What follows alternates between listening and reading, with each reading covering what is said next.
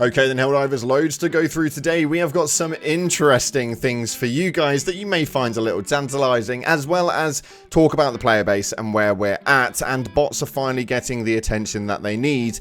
Plus, we've also got the CCO, Mr. Johan, doing some really weird activities right now. We're going to take a look at everything today. If you haven't already, smash that beautiful blue thumbs up and subscribe with post notifications turned on. It'd be greatly appreciated. And check out our sponsor, Instant Gaming, the platform where you can purchase your video games for cheaper on PC and consoles with the best deals, offers, promotions, and discounts, all running up to 70% off. New releases are dropping on there with pre-orders available every day. So click the link in the description and get your games a little cheaper today. With that being said though, let's start off with something amazing. We dropped a brand new line of clothing for you guys yesterday. They won't give us the review bomb cape, so we thought we'd give you it in clothes form. So you can pick up your hoodies and t-shirts now. For the review bomb, it looks absolutely incredible and a load of you have already purchased it, so thank you so much for all your support. But yeah, links in the description. Go and check it out. Let's see what we've got happening right now. The player base seems to be dwindling back to its original forms, as the first 24-hour peak on Steam alone was at 42,000, with only 17,000 players playing right now on Steam. 24,000 active players on the whole of Helldivers at the moment, and quite gracefully, actually, we seem to have around 2/3 of them over on the bots, which seems to be quite a good format. Giving you a bit of an update on your major order right now, with just under 4 days remaining. In the major order, we are 46% in to the liberation of Helldivers, and this seems to be a very, very good notion. In 1 day, we've managed to secure around 30%, which means within the next day or two, we should solidify this with a max peak of 35,000 of you guys all on Helldivers hunting for this space station. It was so nice to see. This Reddit post received 2,000 upvotes stating 34k divers on a planet. It's enough to make a grown man cry, and it is actually really, really nice to know that you guys are actually diving inside of the bots. And for those of you guys who don't like the bots, but that's mainly because of the weapons that you use versus what they use, just remember that they aren't as difficult now as what they once were. And if you guys use a crossbow, I will tell you now, it will completely change your game. So give it a crack, jump into the bots, pop a crossbow on, and see what it is that you can do with managing democracy. On top of that, the CCO, Mr. Johan, seems to be doing something a little bit strange at the moment. He has been active on Helldivers for the last 141 hours concurrent. I'm not too sure why, I don't know what it means, and I don't know what's going on, but he is definitely up to something. You cannot be playing for 144 hours concurrent, so I'm a little bit confused as to why that's happening, but it's nice to know that the guys over at Arrowhead are actively utilizing the game itself. I think this is definitely an interesting one, but let me know what your theories could be on this. I think it's going to be a very weird week going forward, mainly because people are now starting to go all CSI on everything that's happening inside of the game with the shapes of things. Yep, that's right, the shapes of things.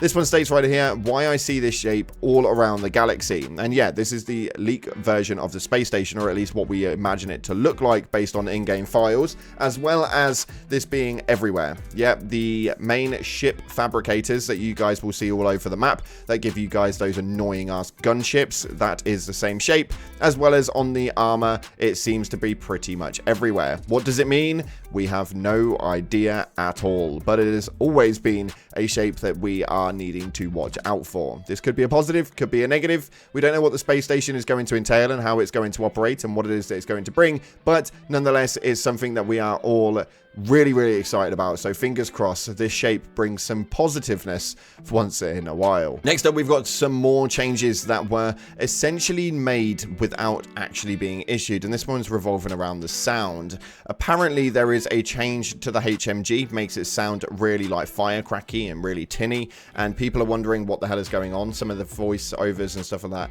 that all are making some weird changes, and Twinbit had something to say about it. He states right here, no idea if it is an intended change. It was extremely low, but if I heard it correctly, it sounded a bit odd and firecrackery. Considering sound is an area where HD2 usually excels, I'll keep an eye out and listen on my stationary as well in a few minutes. We've not heard anything back with regards to it as of right now, but this was put up on Discord about an hour or so ago. As well, there seems to be some weird things happening with reflections inside of the game. You guys can see right here via this Reddit post, which didn't get nearly enough traction at all. It states, "Who is reflected in my visor when I look at the top drop pod area?" Some guy with a Super Earth flag behind him and stuff. And it's a really, really weird one, because if you actually do look at it, the reflection on it is almost like a monitor with a really weird looking character on the screen. It makes no sense to me at all. I don't know who it is. I don't know what it is, but it's definitely there. I don't know whether this was an old model of what the Super Destroyer used to look like and one of the old TVs that was on there. They haven't worked on the main reflection work. That might be an option.